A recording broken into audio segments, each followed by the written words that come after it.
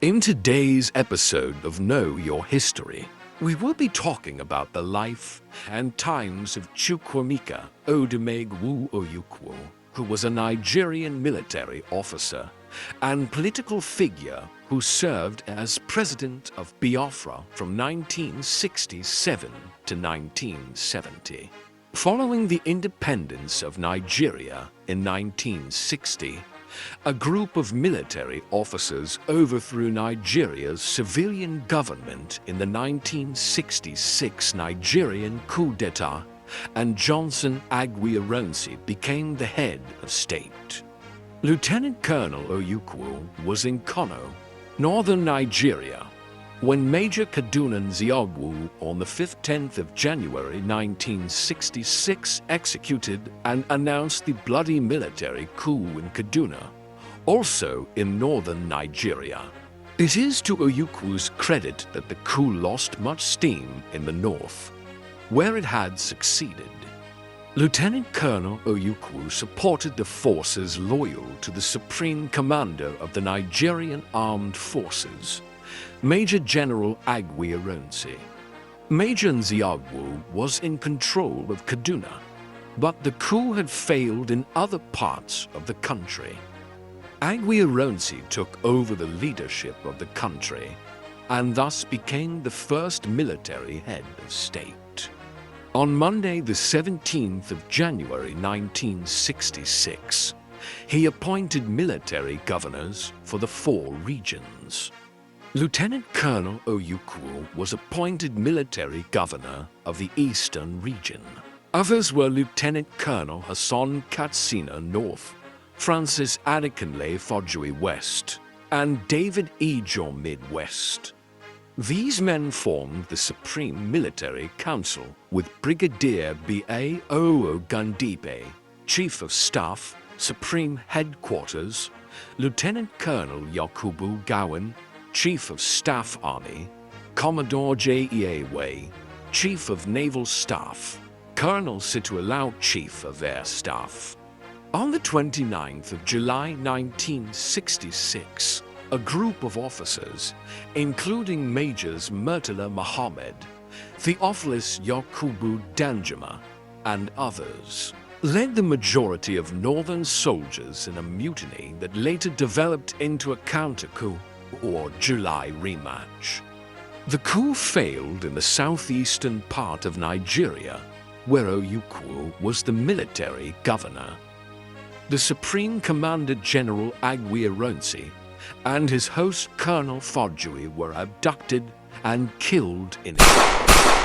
On acknowledging Ironsi's death, Ojukwu insisted that the military hierarchy be preserved.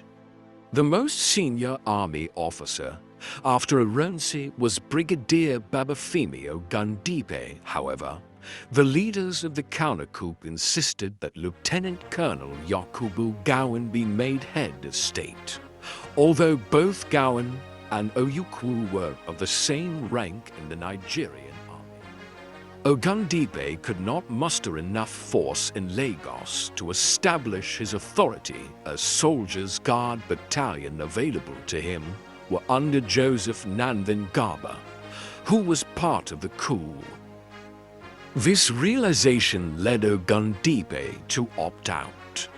Thus, Ojukwu's insistence could not be enforced by Ogundipe unless the coup plotters agreed, which they did not. The fallout from this led to a standoff between Ojukwu and Gowon, leading to the sequence of events that resulted in the Nigerian Civil War.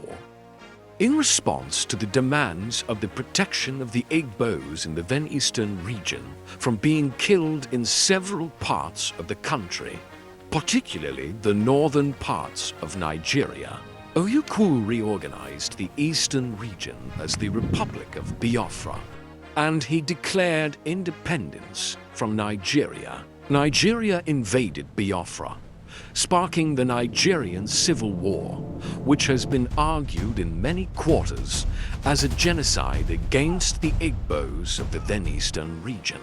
The Nigerian military, with support from the United Kingdom and the Soviet Union, blockaded Biafra and cut food supplies, which created a mass famine. Ojukwu made use of foreign media to highlight the plight of Biafran civilians and depict the war as genocide against Igbos.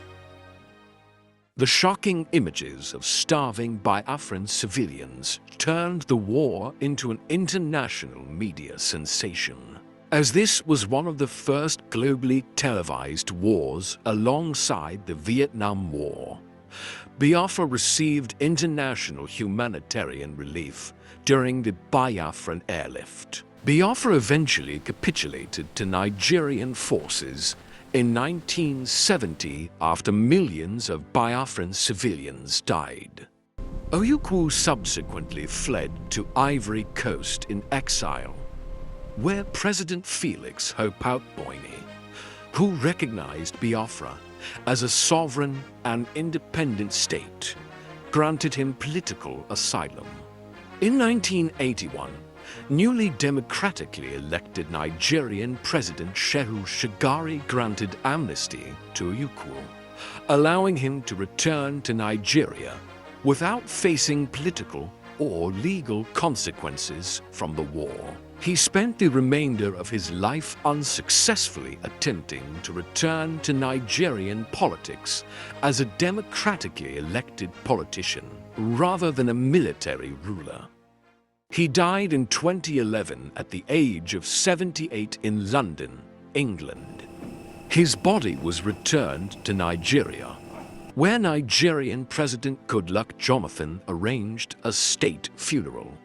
He was buried with full military honors, including a 21-gun salute from the Nigerian army, and thousands of people attended his funeral.